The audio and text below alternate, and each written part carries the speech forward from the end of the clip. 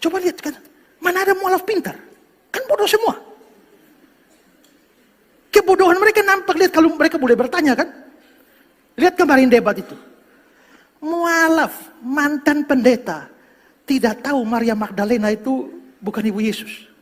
Itu gobloknya kan keterlaluan tuh. Anak sekolah minggu saja tahu itu. Coba itu tanya mana Ibrani. Tanya tuh dia tahu tuh Maria Magdalena tuh bukan ibu Yesus. Tapi mualaf mantan pendeta bisa anggap. Itu kan gobloknya keterlaluan. Mantan pendeta. Tinggalkan gerejanya, sekarang istrinya yang ambil alih, ganti dia jadi pendeta. Tapi tanya, Yesus tidak bangkit karena tanda Yunus. Yunus tidak mati, berarti Yesus tidak mati. Bapak ini Dari anak? Dari anak, saya disentil sama anak.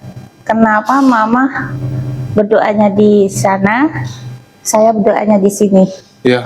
Karena setiap kalau nggak hari Sabtu sore atau Minggu pagi, suami sama anak tuh nganter saya ke gereja, nganter jemput. Lama-lama dia tanya, kenapa mama berdoanya di sini? Ini namanya gereja, Dek. Aku bilang gitu. Terus saat suatu ketika dia pulang dari sekolah, bilang gini, Mama, kalau nanti mama masih berdoanya di gereja, saya di masjid, kalau mama meninggal saya nggak bisa doain mama loh. Ya itu makanya saya dimusuhin, nggak dikenal. Ya istilahnya dikacangin kan. Tapi kan nggak dilempari batu kan. Enggak juga, cuman nggak disapa selama beberapa bulan sih nggak siapa. Tapi saya mah orangnya kan nggak ngaruh juga loh, masa bodoh. Agama pilihanku sendiri gitu. Ibu saya aja keren loh kok. Kemarin kakak saya kan yang nomor 1 masih Katolik. Setelah ibu saya syahadat, kakak saya kan dengar, datang, terus ditanya, ibu sekarang agamanya apa? Islam. Ibu sekarang agamanya apa? Islam. 3 kali kok jawab Islam, kuat sekali. Terus orang teman-temannya gereja juga pada datang. Dengan bangga ibu saya bilang, aku sekarang udah Islam loh.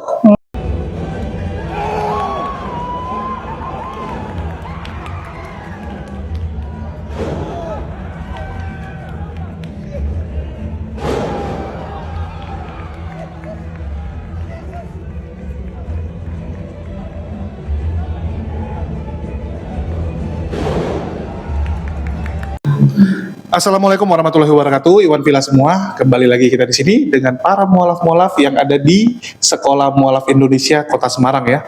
Sebuah yayasan pembinaan mualaf yang luar biasa sekali. Dan Masya Allah, yang dibina ini mualaf-mualaf tangguh, para wanita-wanita tangguh nih, wanita-wanita hebat ya. Sebenarnya ada cowoknya nggak sih? Koriko. Nah itu kan ketua. Iya, cuman yang aktif baru 1, Koriko. Maksudnya yang mualaf-mualafnya itu nggak ada? Akhwat, Ikhwan, Cowok nggak ada ya? nggak ada. Memang wanita semua ya? Iya. Ya karena kalian semua wanita, begitu ada cowok, dia bingung juga loh, saya sendirian cowok gitu kan. Mundur dia. Mundur. Oke, kalau boleh tahu nih, sebelumnya, Ibu siapa namanya? Veronica Ruswatini, Veronica Ruswatini. Ruswatini. Dipanggil Vero bisa, Titin bisa. Bu Vero aja ya. Kalau boleh tahu, Bu Vero ini mualaf juga? Iyalah. Amin. Mantan kafir? Iya. Mantan kafir. Ya, mantan kafir kan? Iya betul. Kalau boleh tahu, sebelumnya dari apa nih? Katolik, Katolik ya? Wah, di Semarang ini banyak Katolik ya? baptis bayi, Baptis bayi. Nama baptis dulu apa? Veronica. Oh, nama baptisnya itu Veronica. Terus, kalau boleh tahu sejak kapan mualaf? Tahun 2006. 2006. Oh, udah lama ya, 19 tahun. Ya kurang lebih segitu. Kurang lebih segitu. Hampir 26 tahun. Loh, 2006. Ini baru 2005, 25. Oh iya, Degi. 19 tahun dong. 19 tahun. Waduh, 19 tahun. Udah lama sekali. Kalau boleh tahu, dulu mualaf karena apa? Hidayahnya tuh datang dari mana? Dari anak kok. Oh, dari anak? Dari anak? Dari anak, saya disentil sama anak. Kenapa mama berdoanya di sana, saya berdoanya di sini? Iya. Karena setiap kalau nggak hari Sabtu sore atau Minggu pagi, suami sama anak tuh nganter saya ke gereja, nganter jemput. Lama-lama dia tanya, kenapa mama berdoanya di sini? Ini namanya gereja, Dek. Aku bilang gitu. Terus saat suatu ketika dia pulang dari sekolah, bilang gini, Mama, kalau nanti mama masih berdoanya di gereja, saya di masjid, kalau mama meninggal saya nggak bisa doain mama loh. Beda server soalnya. Iya gitu. Kalau boleh tahu, kok bisa anaknya beda agama? Saya nikah sama orang yang beragama Islam. Nikah sama yang beragama Islam itu tahun berapa? Tahun 1998.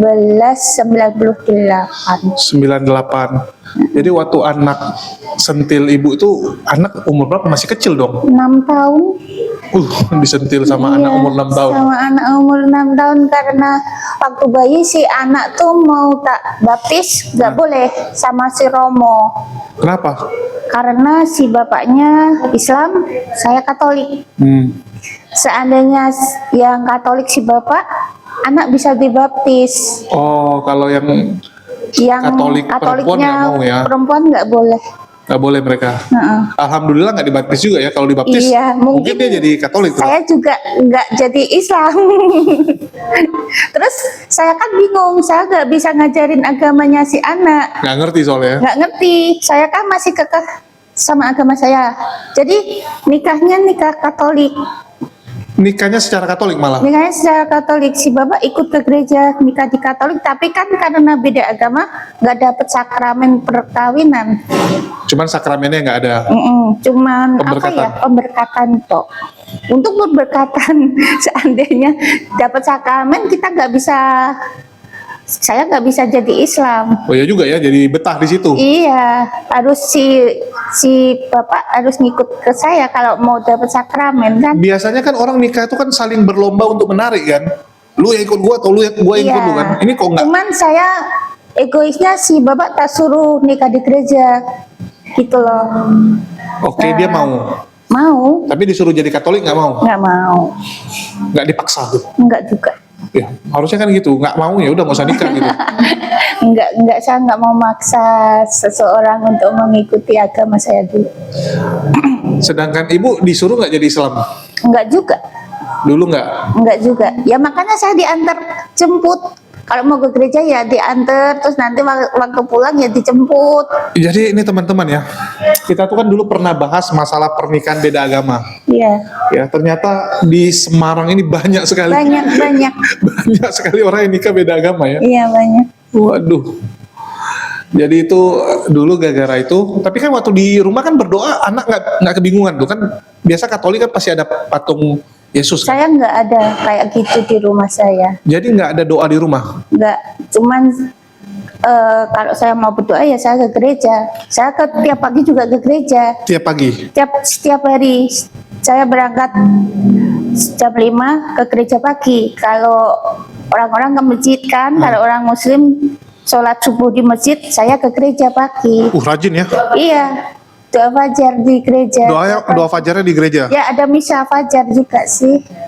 Luar biasa ya. Itu. Taat ya. Taat. Kekeh. Terus suatu ketika anak pulang dari sekolah dibilangin gitu tadi, kalau mama masih berdoa di gereja ya udah, suatu saat nanti kalau mama meninggal saya nggak bisa doain. Itu omongan anak kecil loh kak. Anak satu. Waktu itu anak pertama yang bilang gitu. Jadinya kebingungan juga ya. Iya. Terus saya guling di YouTube zaman dulu kan masih, kan dulu saya kerja. Terus saya tanya sama temen, terus dibukain itu toh, dicariin. Iya ya, nggak boleh ya. Nah, mulai goncang. Oh, mastiin ke teman ya, boleh nggak orang Islam doain Kristen gitu? Terus dijawab teman-teman ya nggak bisa loh, kamu udah beda agama gitu. Terus situ kebingungan. Mulai cari kebenaran Islam itu gimana. Nggak bilang sama anak, ya udah kamu ikut mama ke gereja. Enggak, saya nggak mau maksain apa-apa. Oke. Tahu, cuman saat itu saya bilang, lah kakak bisa sholat nggak? Bisa lah mah, di sekolah saya diajarin sholat, saya diajarin bacaan-bacaan pendek, surat-surat pendek, terus tak tes, dek kak coba sholat, mama mau lihat, mama pinjam bukumu, mama mau lihat, terus dia sholat. Tak tes, kok ternyata bener sesuai bukunya. Lah mulailah dari situ, mulai bimbang lagi. Masya Allah, Allah kalau memberi hidayah, Masya Allah, walaupun itu masih kecil tapi kok udah menyentuh hati saya. Cuman ngeliatin, ya Allah, anak cilik gendut tuh iso sholat, aku gitu. Anak-anak saya tuh gendut banget gitu kan, ya Allah, lucu men tuh iso sholat, aku gitu. Dek, kamu tadi bacaan bener kok dek, aku gitu. Pinter kamu ya, gurumu mana ya? Apa di sekolah apa setiap hari suruh sholat? Iya mah, diajarin sholat, diajarin ini. Kalau TK Abah kan memang agamanya kuat banget ya. Nah, mungkin dia tanya sama gurunya, mama saya tuh berdoanya di sana, di gereja, terus ya mungkin disuruh nyentil itu nggak tahu. Tapi dari situ saya mulai berpikir nyari agama Islam tuh yang gimana. Saya sebenarnya tuh udah dari dulu pingin, cuman takut ngucapin sholat kan pakai bahasa Arab ya, lepotannya kan takut ya kita. Setelah saya cari-cari, Mbak, aku tanya sama temenku, aku mau jadi Islam tapi aku takut baca sholatnya tuh bacaannya gimana. Terus sama temen dibikinin itu tulisan yang gede, surat Al-Fatihah, terus yang buat sholat kan surat Al-Fatihah, Qul huwallahu ahad, Al-Ikhlas, terus pokoknya trikul itu. Ini nanti ditempel di tembok atau lemari, kamu tiap sholat baca ini gitu. Udah, tapi kan gerakannya aku nggak tahu. Lah kan ada suami ngajarin sholat tuh cuma 1 minggu. Habis itu aku dilepas suruh sholat sendiri. Lah seminggu udah bisa dong, kan gampang. Namanya masih nol, belum mengerti. Terus zaman dulu kan YouTube, HP kan. Lah kan nggak perlu ada HP, toh ada suami langsung yang ngajari. Ya kan suami kadang pas di rumah kita sholat bersama, kalau pas nggak di rumah. Oh pas lagi kerja ya. Nah gitu. Terus itu tuh beli buku panduan sama. Terus saya tanya, nek pas gini tuh pas baca apa? Nah, waktu itu belum tahu itu pas. Tunggu, itu udah syahadat belum? Sudah. Oh syahadat Sudah di Masjid Baitur Rahman, Simpang 5. Oke, artinya setelah disentil berapa lama tuh sampai syahadat? Hampir 1 tahun. Masih gejolak di pikiran tuh milih yang mana gitu. Setelah 1 tahun? Setelah 1 tahun saya baru minta syahadat. Oke. Dari pertama diomongin, setahun kemudian baru mantap untuk jadi Islam. Tapi nggak tahu, cukup pulang kerja, aku mau syahadat gitu. Bapaknya yuk kaget. Loh, tenan nih mau syahadat gitu. Kan dijemput waktu pulang kerja, dijemput. Dulu kan saya kerja, dijemput. Aku mau syahadat pulang kerja itu, tahu-tahu gitu. Lah, syahadat ki apa jel aku digituin. Aku mau jadi Islam, aku mantap bu kayak. Tapi nanti kamu puasa ya loh gitu. Si suami bilang gitu, puasa 1 bulan kuat. Loh kan aku sudah biasa puasa Senin Kemis, aku bilang gitu. Kalau Senin Kemis kan ada jedanya. Enggak, ini kalau ini 1 bulan full loh, emang kuat. Insya Allah, loh bisa ngomong Insya Allah, aku tuh kayak gitu. Aku sudah cari temenku. Kan selama di kantor kan aku tanya sama nanti Nuki yang ngomongnya gini, diajari wes udah diajarin ngucap itu kalau mau jadi muslim itu nanti ngomongnya gini. Ya Allah, aku gara-gara anak aku jadi berpikir jadi Islam. Dulu pada kekeh banget aku mau jadi Katolik seumur hidup gitu. Ya Allah, matel nih. Tapi kan ujung-ujungnya kan walaupun anak ngomong gitu, kan antara kita yang berubah atau kita yang berhasil meyakinkan anak kan. Kalau Iya. memang kita yakin Tuhan yang benar di sebelah kiri, pasti kita tetap di kiri dan malah kalau bisa narik satu keluarga yang pindah kan ke kiri. Iya, tapi saya nggak ada niatan untuk menarik mereka ke Katolik. Ya mungkin dari Allah nggak izinkan memang ya. Iya, memang diizinkan kita jadi Islam mungkin. Sudah apa takdirnya saya jadi Islam saat ini gitu kan. Tapi waktu itu cuman berubah gara-gara itu atau memang udah mantap bahwa yang benar tuh Islam? Belum, gara disentil anak. Saya nggak bisa didoain gitu aja. Tapi waktu itu belum yakin bahwa Islam yang benar. Belum ngerti Islam ngerti. itu apa. Terus makanya saya tanya teman-teman kan lingkungan kerja Islam semua. Yang Katolik cuma saya sama si bos. Nah makanya saya tanya-tanya. Ya, nggak ada kepikiran gini, wah nanti saya disentil sama Yesus gitu kan? Wah ini pengkhianat. Enggak juga. Nggak. Habis disentil itu saya jarang ke gereja. Oh. Jarang, udah Tapi kan biasa kalau yang jarang ke gereja didatangi, nggak didatengin. nggak didatangin. Cuman setelah saya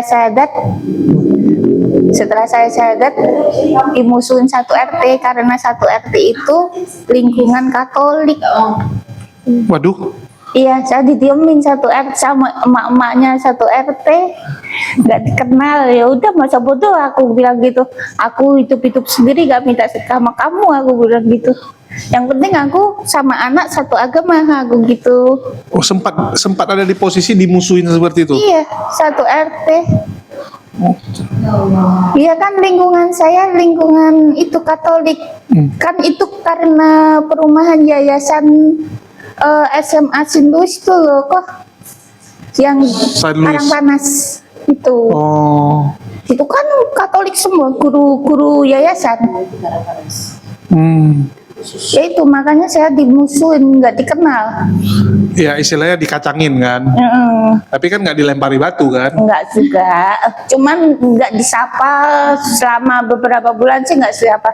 Tapi saya mah orangnya kan nggak Nggak ngaruh juga loh, masa bodoh. Agama pilihanku sendiri gitu. Oh juga nggak makan dari mereka ya. Iya, karena gini, saya kan dulu waktu muda kan apa ya, Mas Dinar gitu. Dinar gereja. Ya, sama saya setiap hari ke gereja. Mereka loh kok jadi gini, kok jadi meletek.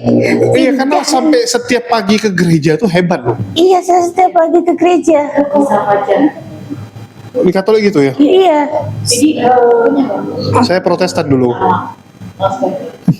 Di Katolik memang seperti itu kok. Jadi Setiap hari ke gereja. kalau di agama Islam mungkin pergi ke masjid sholat subuh di. Kan kadang-kadang juga di rumah sendiri kalau Iya. subuh malam ke masjid. Kalau di Katolik bangun tidur itu langsung ada ke gereja. Ke gereja. Ucap syukurnya mereka tuh di gereja. Jadi sebelum aktivitas ke gereja dulu, selesai Iya. itu baru aktivitas. Iya. Iya. Kalau jauh, Iya tetap dilakuin kalau bagi Katolik yang benar-benar fanatik dan taat. hebat ya. Iya. Mantap. Kalau kita, saya di Kristen ada voucher, tapi biasanya maaf kata nih ya, biasanya orang-orang tua.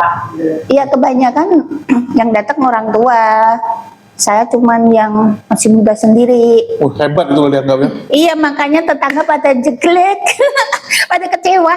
Loh, ini kan dulu yang setiap hari ke gereja, kenapa bisa pindah ke mana? Miss Dinar lagi di gereja. Iya. Parah pada gitu, ya Allah. Harusnya kan kalau ada yang jadi mualaf, bukannya mereka harusnya jangan diamin, tapi harusnya rangkul balik dong. Ini kan domba yang hilang. Iya, harusnya harus ditarik lagi kan. Jangan dijauhin kalau yang benar-benar dia mau harus kembali kan. Tapi nggak tahu malah dijauhin ya. Kalau ditarik kembali balik nggak? Enggak. Saya lebih apa bisa didoain sama anak Kak. Kalau mereka kan nggak bisa doain aku kalau aku wafat nanti. Ya bisa lah. Ya nggak bisa. Ada loh kok, bapak saya kan meninggal masih Katolik. Terus saat ibu sakit parah itu kan katanya ibu didatangin bapak. Bapak di sana tuh nggak ada cahaya satupun, jadi gelap gulita sama bapak. Amit-amit ya, bau kata ibu, bau tidak wangi. Gitu. Ini penglihatan ya. Iya, kan biasa kalau orang sakit kan gitu kadang didatengin yang sudah meninggal kan. Lah ibu bilang gitu. Aku tadi, Ibu Katolik? Ibu saat mau meninggal 2 bulan mau meninggal itu jadi mualaf. Kejadian Syahadat. itu setelah mualaf? Iya. Sebelum mualaf. Masih Katolik, dia Masih dapat Katolik. penglihatan itu? Heeh. Didatengin bapak. Terus nggak taunya saat sakit keras minta saya, Tin, aku mau jadi agama Islam. Tahu-tahu bilang gitu. Kan waktu kesakitan saya tungguin, terus saya bisanya kan doa yang Muslim sekarang ya. Saya ajak, yuk Bu, astagfirullahaladzim. Artinya apa, Tin? Biar ibu diampuni dosanya, biar sakitnya dikurangin. Aku bilang gitu, astagfirullahaladzim gitu. Tapi aku inget, loh Bu, ibu kan masih Katolik. Nanti kalau bilang astagfirullahaladzim itu mah nggak bisa nyangkut. Aku Malah minus, bukan plus. iya, Minus ini. percuma kan, nggak bisa nyangkut. Terus langsung, ya udah, aku jadi Islam, Tin. Terus aku manggil Ustadz Jainal, nggak bisa. Ustadz Agus nggak bisa. Koriko, untung Koriko bisa. Sahadatin ibu, bantuin sahadat ibu. Koriko datang, langsung ibu ditanya, Ibu ada yang maksa? Tidak kok. Ibu dipaksa Titin? Tidak kok. Dari hati ibu? Iya kok. Langsung disuruh ngikutin, disahadatin. Habis itu kok qadarullah, tangan kanan yang biasanya nggak bisa dipakai apa-apa, nggak bisa buat minum, nggak bisa buat makan, nggak bisa megang sendok, setelah syahadat bisa makan pakai tangan kanan, minum tangan kanan. Subhanallah, sakitnya juga berkurang katanya. Tapi kok Allah lebih sayang, baru 2 bulan ibu meninggal. Ya, dalam kondisi yang dosanya sudah dihapusin semua ya. Amin. Terus kalau boleh tahu, waktu itu kan perubahannya itu kan jauh lah dari Katolik ke Islam gitu. Iya. Awal-awalnya berat nggak? Gimana? Jalaninya berat nggak harus sholat gitu? Enggak sih, Soh. Cuman ekonominya ambruk. Aku bingung kadang-kadang ya, apa sebenarnya korelasi antara ekonomi dengan perubahan iman gitu? Dicoba, ini kuat enggak? Kalau ekonomi ambruk, kamu balik ke sana lagi apa enggak gitu kan kok? Oke, itu ambruknya kan pasti ada alasan kan, nggak mungkin tiba-tiba ambruk gitu. Kan dulu kerja dua-duanya. Suami istri kerja. Ya, saya kan kerja tapi di ruang kerja itu nggak ada mau sholat, nggak ada ruang untuk sholat. Terus sampai gini, saya jadi Islam tapi nggak bisa sholat luhur, nggak bisa sholat asar, percuma dong, gitu kan? Resign. Lah, ini orang so hebat. Sejak kapan harus ada musola gitu kan? Yang penting ada tempat sholat aja di situ. Gini, bisa sholat cuma satu lah, padahal saya kan nggak bisa sholat waktu itu, belum bisa sholat. Harusnya kan jadi ikut sama temen. Nah temennya pada sholat sendiri-sendiri, terus aku sholatnya gimana? Kan butuh way, nggak bisa sholat. Masa nggak ada tempat satupun yang agak luas sedikit untuk 2 orang? Nggak, itu aja sholat di emperan meja makan loh kok. Meja makannya digeser. Meja makan gede gitu. Kecil kali apa kantornya? Banyak kan, itu pabrik. Oh, pabrik ya.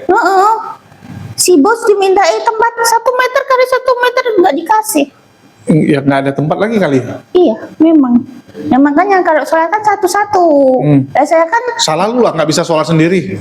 belum ngerti. Kalau udah ngerti ngapain aku minta Iya, sholat cuman kan artinya kan bersama-sama. ada solusi lain selain harus mengundurkan diri gitu. Tapi kan hebat kok mengundurkan diri. Tanpa dapat kerjaan yang lain dulu. Iya, Mundur loh. mundur.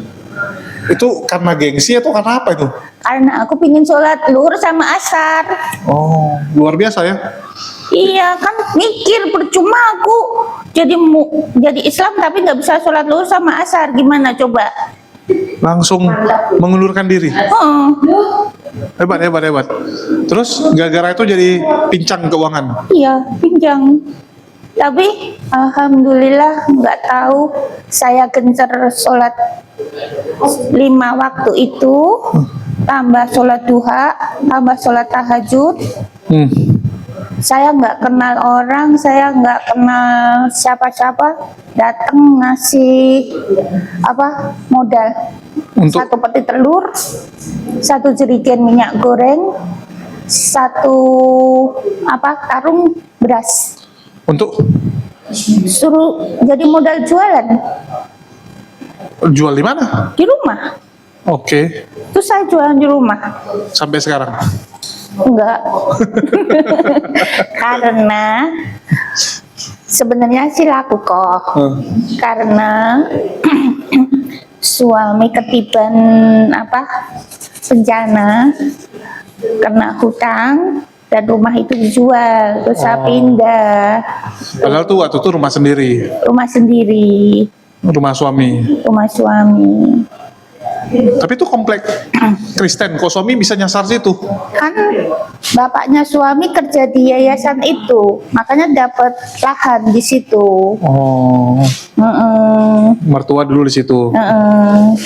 Oke, terus kalau boleh tahu, itu ekonomi itu berapa lama sih terpuruknya setelah mualaf? 3 bulan setelah saya jadi mualaf itu terpuruk karena Terpuruk. saya keluar kerja kan, terus tidak Mulai kepake-pakai uang-uang tabungan, terus setelah 3 bulan habis, Iya, udah besar pasak dari tiang, iya, mampus. iya. Terus kapan pulihnya? Pulihnya belum pulih sampai sekarang. Kok lama kali? Iya, karena yang satu sudah meninggal duluan. Innalillahi wa inna ilaihi raji'un. Si bapak Meninggalnya kapan? tahun 2022. Baru ya. Iya. Kalau boleh tahu, setelah itu kan jualan tuh, dikasih modal jualan lah ya. Iya, Laris. udah laris sebenarnya. Terus Berapa lama? ya lumayan sih 1 tahunan itu bisa berdiri sama jualan. Ekonomi ya, kita bisa melanjutin ekonominya tuh dari uang jualan itu. Nah, terus si bapak ngajuin hutang ke bank, pakai sertifikat. Untuk Rencana sih mau pergi lagi ke Jepang gitu, mau apa nih? Mau kerja? jadi TKI. Oh, jadi itu untuk apply yang itunya. Ternyata palsu Oh, biru jasanya. birunya. Nah, kita kan nggak bisa bayar Ya, karena pinjaman kan, Iya. uang pinjaman itu nggak bisa bayar, otomatis semakin gede. Satu-satunya jalan kan itu rumah Dijual. harus dijual sebelum dilelang. ya sebelum ditarik lah. Nah, wes gitu kita jual untuk bayar pokok bank sama sisanya buat beli lagi. Nah, kan otomatis kalau pindah rumah kan harus dari nol lagi kan, merintis ekonominya gitu. Udah ketimpa tangga, si bapak ada macem-macem lagi, udah gemes aku. Ya, Macam apa begitu. nih? Biasa ada kuntilanak lewat.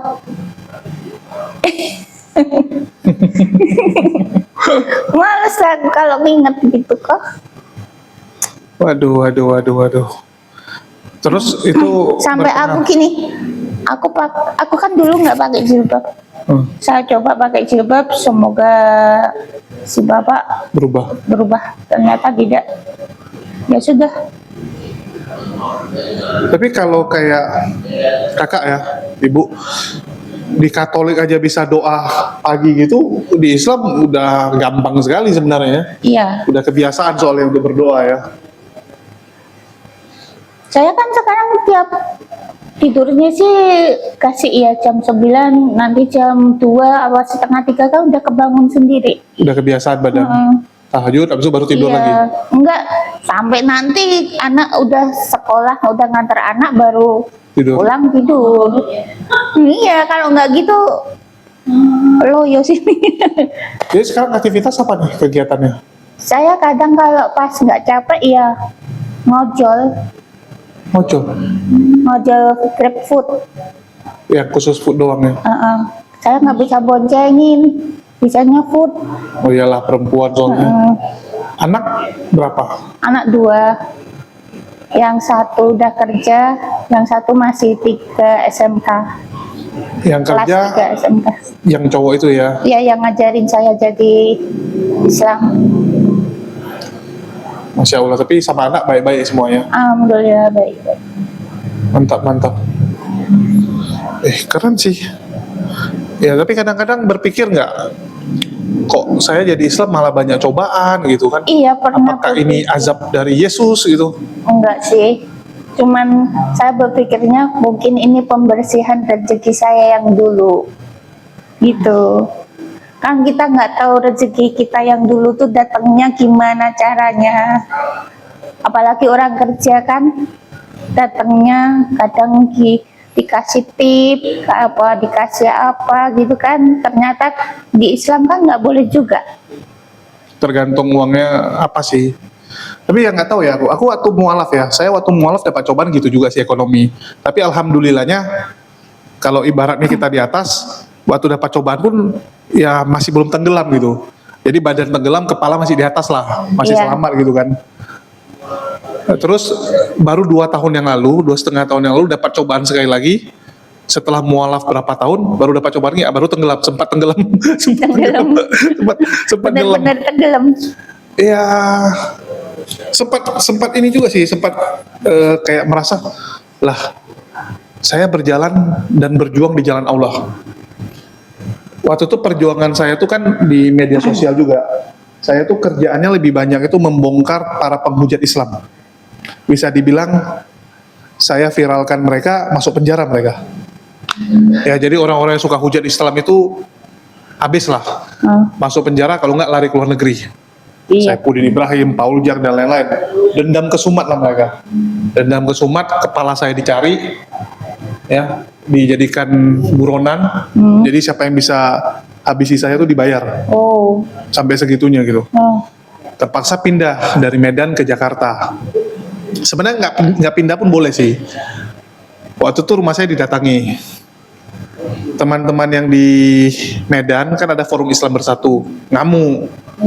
Dia bilang, ini apaan nih, kok bisa, dia bilang kan, mereka nih suka-suka mereka mau main kekerasan, kita hantam mereka. Cuman saya mikir kan, ini kalau jadi berantem, masuklah kita ke TV. Oh lah muka aku di TV. Iya. Pertama. Terus yang kedua, kita dianggap sebagai biang kerok jadi dari perang ini. Kan nggak enak. Gara-gara kita orang jadi berantem. Iya. Walaupun mereka bilang lillahi ta'ala kan, karena kamu sudah berjuang di jalan Allah, kita akan dukung. Ya cuman kan pasti ada yang masuk rumah sakit. Iya, ada yang meninggal apa gitu. Ya amin-amin gitu kan. Kan kita jadi tanggung jawabnya tuh kayak bersalah sekali gitu kan. Iya. Walaupun mereka bilang, iya kami belain antum, kalau ada apa-apa dengan kami syahid, dia bilang, kami udah siap gitu. Ya lu udah siap, saya yang beban moral gitu kan, beban moral gitu. Jadi saya pikir, ya udahlah, saya yang masih waras, saya ngalah, saya pindah ke Jakarta. Waktu itu teman saya udah pernah bilang, waktu pertama mereka tahu channel saya, mereka udah bilang, lu nggak ada kerjaan, dibilang, ngapain bahas ginian gitu kan. Teman saya Chinese dan tuh Kristen. Oh. Lu ngapain lalu buat channel ginian? Udah tutup aja, dibilang channel kan. Saya waktu itu kayak nggak tahu lah ya, gengsi, bisa dibilang gengsi lah. Kalau saya bilang murni karena ini munafik sih. Di satu sisi kan kita digituin sama teman kan kesal juga kan, masa disuruh tutup? Enggak, saya berjuang demi agama saya bilang gitu kan. Ya, saya tetap akan buka channel ini. Ya jadi gimana gini, dibilang klien kita semua Kristen loh, dia bilang. Kalau nggak Buddha Kristen, nggak ada yang Muslim, dia bilang. Jadi masalah loh ini, dia bilang. Terus saya bilang, kalau ini jadi masalah, saya mundur. Ya, kalau channel saya nanti jadi masalah buat usaha kita, kan kongsian kan. Saya mundur. 2,5 tahun yang lalu waktu viral, teman saya tekan saya kan. Kejadian beneran, dibilang kan. Kejadian beneran, di semua orang udah tahu gimana nih. Klien-klien ada sebagian tahu. Saya gengsi kan, udah saya mundur, saya bilang. Sama kayak ibu gitu kan, udah saya mundur. Begitu ke Jakarta, baru bingung saya. Kok jadi pengangguran saya sekarang? Amblok langsung ya. Jadi pengangguran, saya udah ngitung. Ini berapa lama bertahan ya? Ya jadi udah hitung-hitung dalam berapa bulan ini saya harus menemukan pengganti kan. Harus menemukan pengganti. Cuman kok makin cari makin bingung gitu. Apalagi Jakarta yang notabene saya buta lah. Ya, saya buta gitu kan. Karena dari dulu kan usaha Aceh Medan gitu. Di Jakarta begitu lihat sewa-sewa rukonya, Mall-mall. gila gitu. Di Medan tuh ruko masih 50 juta, 70 juta, begitu Jakarta 100-an, 200-an satu tahun. Apa ini? Gitu kan, belum apa-apa harus keluar modal gede. Jadi apa ya, kalau saya bilang ya sama, mungkin agak modal sok-sok. Padahal waktu itu harusnya saya bilang oke, saya yang mundur gitu kan, tapi saham saya tetap ada gitu. Ya saya ambil persen aja lah gitu. Ngapain juga saya mundur total gitu kan, goblok gitu. Saya sampai bilang sama teman-teman, maksudnya kok kayak gini Allah gitu kan. Saya udah berjuang di jalan Allah. Ini gara-gara saya punya channel, lo bayangin, gara-gara saya bikin banyak penghujat Islam babak belur, kok malah saya dapat balasannya malah musibah ini gitu. Belum lagi kredit masih panjang gitu kan. Sedikit marah sama Allah. Iya, angsuran masih banyak gini-gini. Cuman di satu sisi saya berpikir ya mungkin Allah menyuruh saya hijrah. Ya, menyuruh saya hijrah karena waktu di Medan teman saya itu masih lebih banyak non muslim. Teman muslim saya tuh kalau mau dibilang teman yang benar-benar nggak ada. Paling teman-teman kayak Jumatan lah. Kayak Jumatan, selesai Jumatan kadang makan di sebelah sama orang-orang yang Jumatan bareng ngobrol gitu-gitu kan. Karena mereka bingung kan kok ada Cina gitu kan. Biasa tetap ditanyain kan. Mualaf atau dari ini orang tua? Mualaf. Oh kok bisa? Paling gitu-gitu kan. Kenal-kenalan di situ. Jadi temannya cuma sekedar itu. Sedangkan teman ngumpul setiap hari itu semua Kristen dan Buddha Konghucu. Dan teman saya itu semua teman-teman yang sebenarnya kacau sih. Biasalah kalau Chinese ya. Kadang-kadang di komplek kami itu kami punya tempat duduk di mana pagi hari sampai malam di situ aja kami. Paling nanti si siapa pergi, nanti balik lagi. Tapi base campnya, meja kami itu nggak akan ganti. Pokoknya sampai jam 10 malam baru tutup bill. Baru udah panggil berapa kena. Kalau yang udah nggak balik biasa titip duit cepet atau 200 gitu kan, dia nggak balik lagi. Kalau yang masih balik, ya nanti malam dia balik gitu. Karena kan di komplek juga, mau nggak mau kan lu pulang ke rumah harus singgah, kecuali lu pulang tengah malam. Itu teman saya itu semua teman-teman geblek. Judi sebagian kecil lah. Main perempuan hampir semua. Hampir semua tuh punya simpanan. Pokoknya aneh-aneh semua gitu kan. Aduh. Mungkin ya Allah Mungkin mau harus koyut tinggalkan lingkungan. Iya. Mungkin kalau saya masih di Medan salah-salah bisa kepengaruh gitu kan. Iya. Bisa kepengaruh. Jadi Allah pindahkan saya ke Jakarta. Biar hijrahnya betul-betul. Iya, di mana teman saya terakhir Donditan, Kolo. Terus pokoknya yang muslim-muslim lah jadinya. Malah yang Kristen jadi nggak ada gitu kan. Ditemuin sama orang-orang muslim yang taat, betul-betul taat. Ya, jadi dibilang kan Alhamdulillah. kita tuh kan kalau bisa berkomunitas dengan orang yang benar gitu kan, orang yang ilmunya bagus gitu supaya keciprat juga gitu. Jadi ujung-ujungnya jadi Iya sih. berubah total gitu. Mungkin kalau ekonomi saya nggak hancur, mungkin kalau ekonomi saya nggak hancur, saya nggak jual rumah itu, ya saya masih di lingkungan itu Katolik. Kalau saya pindah itu kan berubah. Kalau saya pindah kan merubah itu kok, merubah lingkungan hidup juga.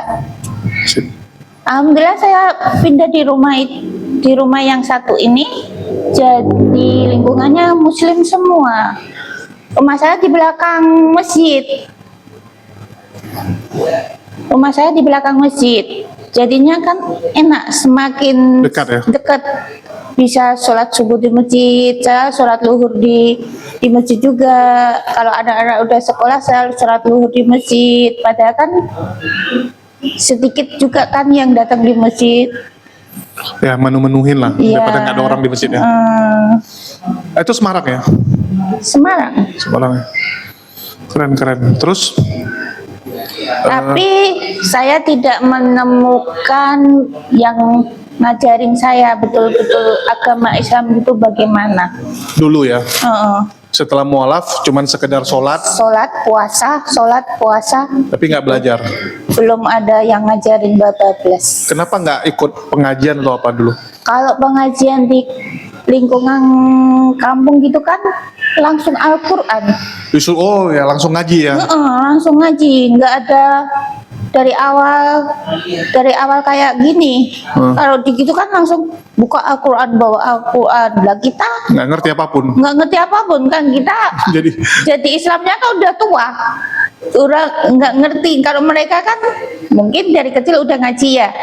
Ya karena waktu kecil ngaji itu lebih gampang masuk otak. Kalau udah tua, Iya, kalau susah. tua mah Lidahnya juga lidahnya makhluk. saya aja dulu takut jadi Islam karena takut bahasa Arabnya, sholat bahasa Arabnya itu kan kalau memang belum bisa kan masih kaku apa gimana gitu kan. Nah, makanya saya sebenarnya sih setelah disentil itu mau jadi Islam, cuman saya ngendi karena ketakutan ngomongnya tuh kayak apa gitu kan, ngomong sholatnya tuh kayak gimana gitu. Terus temenku kan tak suruh aku mbok dibikinkan tulisan contoh surat Al-Fatihah yang caranya tulisannya sesuai ucapan, jangan sesuai yang di buku. Kalau di buku kan tulisannya sama ucapan beda kan kok. Nah makanya aku bikin ke tulisan yang sesuai orang ucap ke, aku bilang gitu. Makanya dibikinkan tulisan sesuai saat temanku itu ngucap ke, nggak sesuai yang di buku Latinnya. Kalau di buku Latinnya aku bacanya apa ini kayak gini, yang tetap sama aja waktu itu kan kita juga nggak ngerti bahasa Arab bablas, sama-sama nggak bisa. Oke, kalau gitu sekarang mulai belajar di sini. Iya. Itu gimana ceritanya? Kok bisa ketemu dengan SMI? Saya dulu kan diajak temen ke kajian di Greenhouse. Terus saya ketemu Mbak Natali di sana. Terus dia tanya, loh, waktu absen, loh, namamu Vero? Iya. Kamu Katolik? Iya. Aku gerejaku dulu di situ di Karangpanas gitu kan. Sama dong. Aku juga Katolik Karangpanas gitu, sama-sama di gereja Karangpanas. Terus ini, yuk mbok ngadak ke nganu yuk sekolah khusus orang-orang mu'alaf biar kita tuh ngerti mu'alaf itu belajarnya harus apa aja, gimana. Terus waktu itu memang saya belum tertarik sama Mbak Natali, suruh diajak bikin surat sekolah mu'alaf. Lah mau bikin sekolah mu'alaf di mana Mbak? Di Lampar itu mana? Aku kan nggak pernah keluar, cuman keluarnya rumah tempat kerja gitu toh. Jadi Lampar itu mana? Aku nggak ngerti. Lampar itu situ loh. Ya kapan-kapan wes Mbak. Wes ono temennya ada 3 atau 5 gitu. Ya kapan-kapan wes Mbak. Didatengin terus. Ayo toh. Itu nanti enak wes ngono. Itu kan. Lama-lama sama jadi tertarik itu. Oh, jadi belajarnya itu seperti ini gitu. Oke, di situ ya pertama kali ini. Terus sekarang di sini jadi sekretaris. Kok bisa? Karena paling aktif ya. Iya sih, paling aktif. Oke. Dari Ibu sendiri nih, ngelihat Islam itu gimana sih? Kalau kita bandingin dengan agama lain gitu, apa benar-benar udah yakin nih dengan Islam? Alhamdulillah banyak biasa kita di akhirat nanti kumpul sama keluarga yang di pinginnya saya Iya, kumpulnya kan antara dua nih, kumpul di neraka atau di surga gitu kan? ya sudah lah kok yakin di surga kan harus yakin kita sambungnya harus banyak yang kebaikan kalau dia kumpul di surga. Betul nggak? Karena kan kalau dari versi sebelah, yang mualaf-mualaf ini kan calon neraka ini semua nih kan? Tapi kan agama terakhir bisa? Enggak dong. Iya dong, kan Nabi terakhir Nabi Muhammad. Betul, kalau Nabi. Iya. Tapi kalau besok ada Nabi lain kan nggak tahu. Sekarang banyak loh ngaku-ngaku Nabi tuh. Tapi Allah sudah di Al-Quran yang terakhir sudah Nabi Muhammad. Iya, mereka bilang dibuka lagi, buka lagi tokonya. juga nabi apa agama yang terakhir juga agama Islam. Kalau agama enggak lah, Protestan sama Islam siapa duluan? Sebenarnya Islam. Ya udah. Sebenarnya agama pertama itu Islam. Ya sama aja gitu. Waktu Islam pertama kali muncul, Nabi Muhammad juga ditolak. Dia bilang nggak mungkin ada nabi gitu kan. Nanti besok ada nabi lain juga kita nggak tahu. Ayo. Ya kan dulu Nabi Muhammad juga dituduh ngaku-ngaku. Ayo. Itu di Al-Quran sudah tertulis kok. Nabi terakhir, Nabi Muhammad. Tapi yang sebelah kan keren gitu. Pernah dengar nggak kayak kesaksian orang bisa ketemu Yesus? Habis itu acara-acara KKR kesembuhan. Apa menghidupkan orang mati tadi. Ya kan lebih keren tuh, ada kesembuhan, ada mukjizat. Artinya benar dong mereka. Ya enggak juga sih. Di Islam ada. Ustazah Dewi itu kemarin menerangkan kalau nanti Yesus itu memang bangkit, cuman Nabi Isa itu jadi Islam. Betul, bukan jadi Islam, memang Islam dia. Iya, cuman kan sama Paus di belok-belokin. Wih, Namanya. sama Paulus. Kok Paus? Sama Paulus kan agama Katolik dibikin, agama Kristen dibikin. Sebenarnya kan aslinya Islam. Tapi orang tuh nanti bilang gini, itu kan tuduhan dari orang Islam kepada Santo Paulus, ya, mereka bilang kalian ini fitnah Paulus. Paulus saja nggak ada untungnya dia buat agama Kristen. Mana untungnya? Dia kan dari orang hebat ya. Gara-gara ini malah dia mati gitu, martir dia. Gimana tuh? Saya mau masuk putus. Seperti aku sudah Islam. Ya kan harus tahu juga gitu. Jangan nanti ditanyain nggak bisa jawab, konyol gitu. Saya nggak mau berdebat sama orang lain. Nggak mau berdebat. Oh, satu RT diamin aku aja, aku diam. Nggak mau berdebat. Betul sih. Jadi memang apa ya? Itulah pentingnya kadang-kadang kristologi sih. Ya, pendidikan kristologi itu wajib ada juga karena dari ilmu kristologi ini kita belajar menjawab. Iya.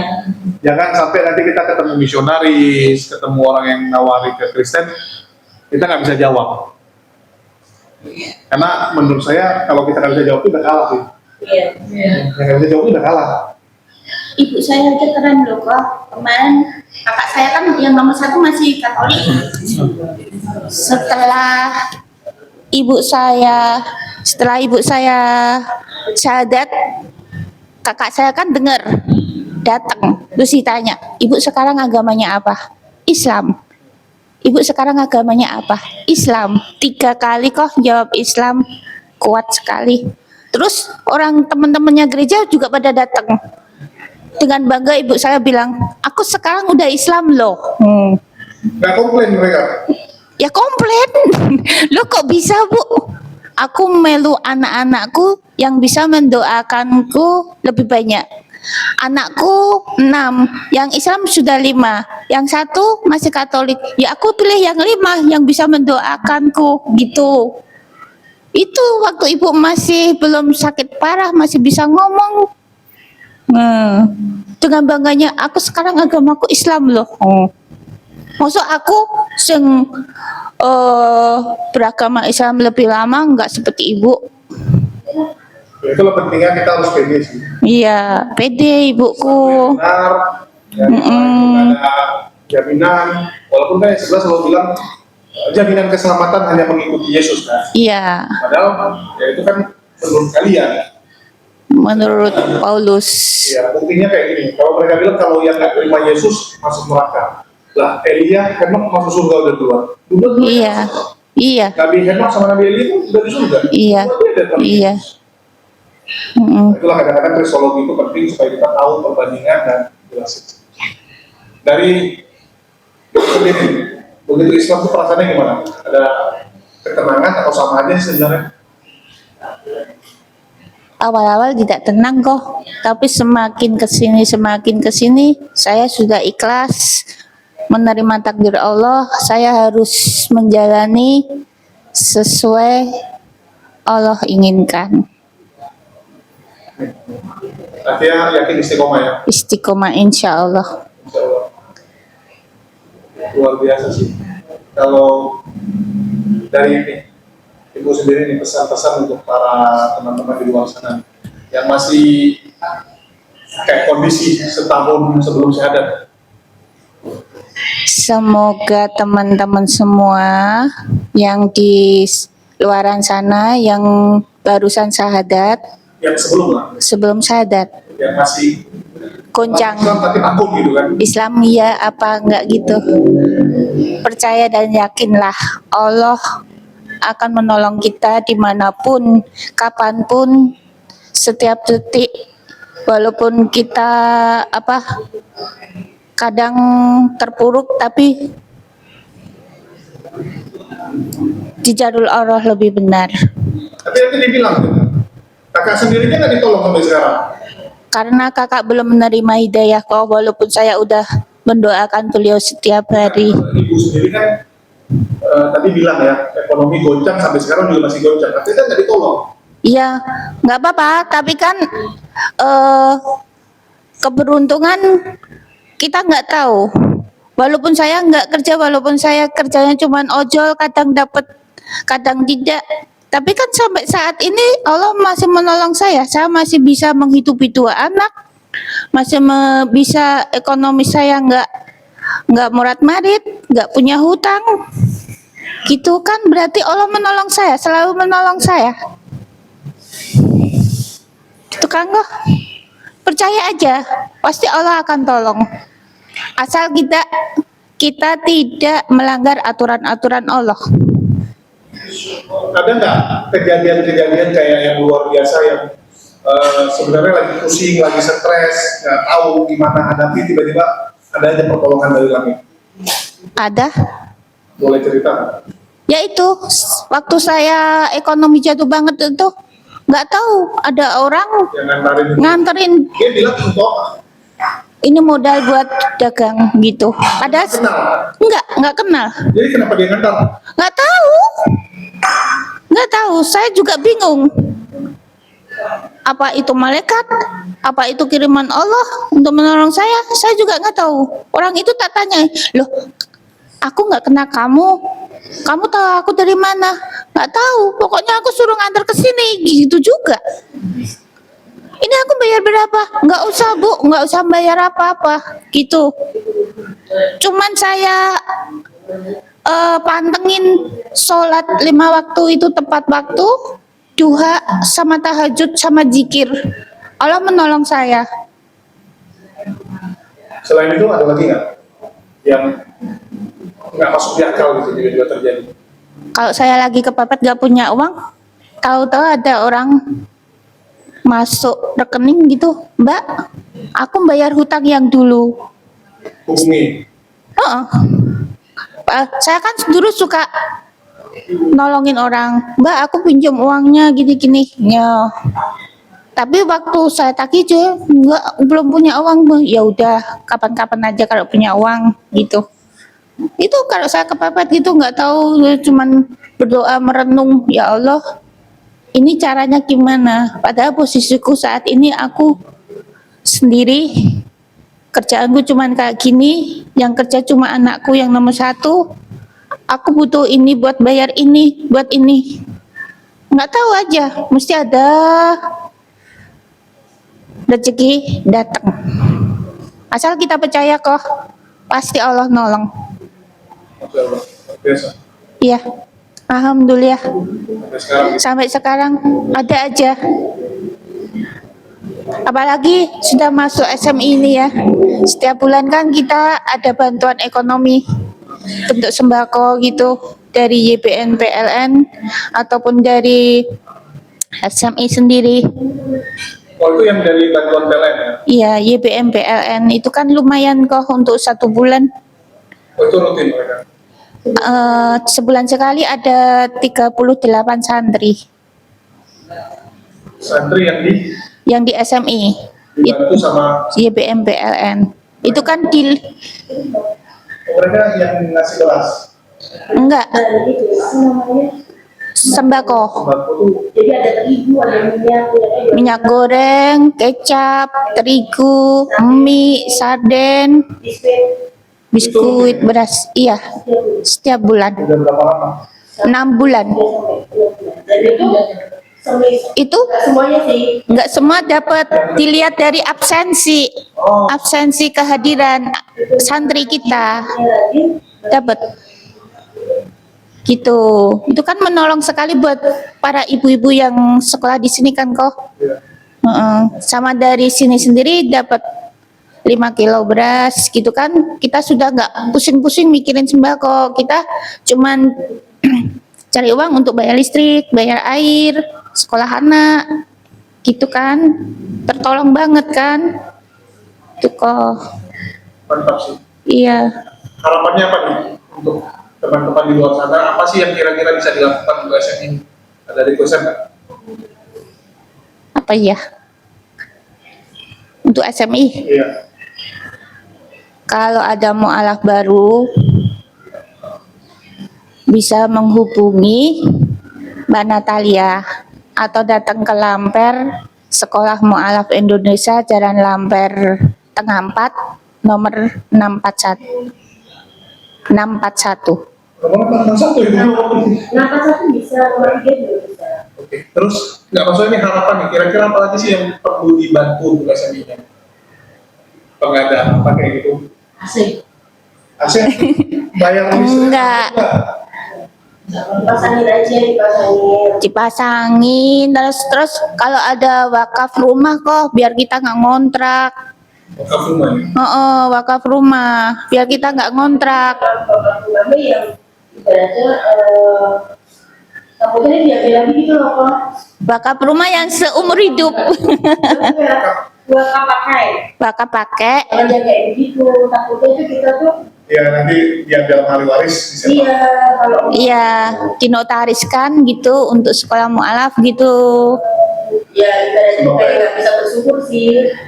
Kalau selama ini kan kita masih ngontrak pindah-pindah gitu loh kak. Kalau cari yang kalau di sini nanti naik harganya naik-naik kan kita cari yang bisa sesuai dengan kantong SMI nyarinya. Makanya kita minta tolong cari wakaf rumah. Kalau yang dalam waktu dekat ya, apa kira-kira? Ini kan masih banyak santri yang belum dapat kayak YBM PLN gitu kok. Mereka kan juga butuh, bisa dibantulah, disamain. Yang dibantu sekarang 38. Masih 38, muridnya kan kurang lebih yang aktif 50. Masih kurang berapa berarti? Itu diantar dalam bentuk sembako atau kalian yang beli? Diantar udah bentuk sembako di packing. Ya kan? Oh iya kenapa? Sembako di packing. Heeh. Udah dalam jus. Udah dalam dus di packing. Jadi pegawai PLN sudah diambil juga 100%-nya untuk kegiatan seperti itu. Katanya yang bantu bukan sini aja ya, banyak ya. Banyak. Bukan di sini tok yang dibantu. Isinya kayak gini loh. Kebutuhan ibu-ibu.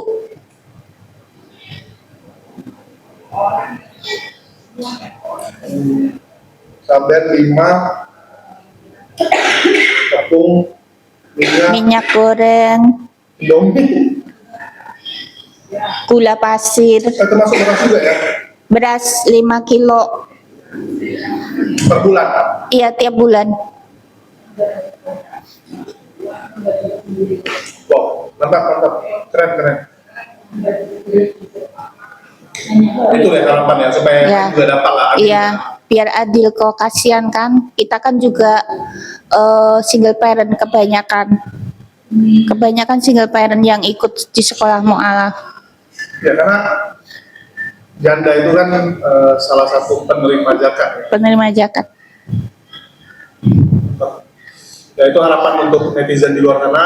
Iya. Tahu ada yang tergerak ya memang punya agenda Membantu setiap bulan. ya bisa disalurkan ke SMI ya. SMI.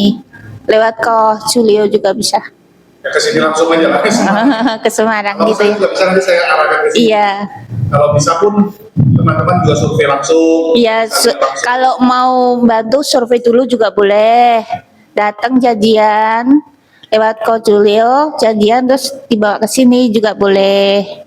Karena Biar tahu kita tuh memang betul-betul ada gitu kan kok. Kayak tadi yang dari Kudus, Bapak siapa tadi dari Kudus, beliau kan juga survei. Pas kita ada sekolah juga kan, jadi kan beliau tahu oh memang betul kenyataan kalau di sini memang ada kegiatan gitu. ya, jadi teman-teman terutama perusahaan yang ada CSR-nya ya. Ya, Karena CSR-nya mana tahu belum ada tempat menyalurkan, dapat disalurkan ke sini. amin. Ya, karena di sini memang ibu-ibu yang notabene ya. Notaben mualaf single parent. Gitu ya. Iya, single parent. Single parent lagi salah satu yang wajib kita bantu. Iya. Luar biasa.